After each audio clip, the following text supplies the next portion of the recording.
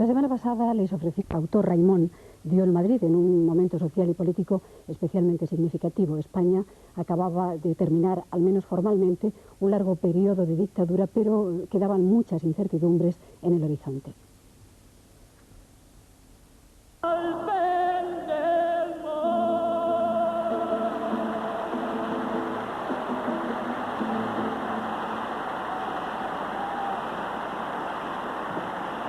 Era el 5 de febrero de 1976.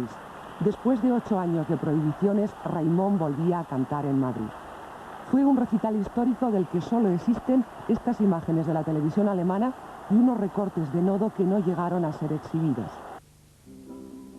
Hem vist que han fet callar a molts homes plens de raó.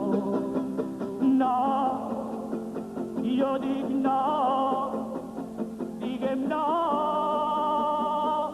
nosaltres no som d'eixemó. No, diguem no, nosaltres no som d'eixemó. España vivía tiempos de incertidumbre y de esperanza.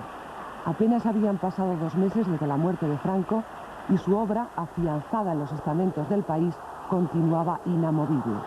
Partidos políticos y sindicatos estaban prohibidos. Muchas libertades seguían vedadas por la legalidad vigente, pero hacía largo tiempo que un gran número de españoles luchaban de forma decidida por cambiar aquella situación.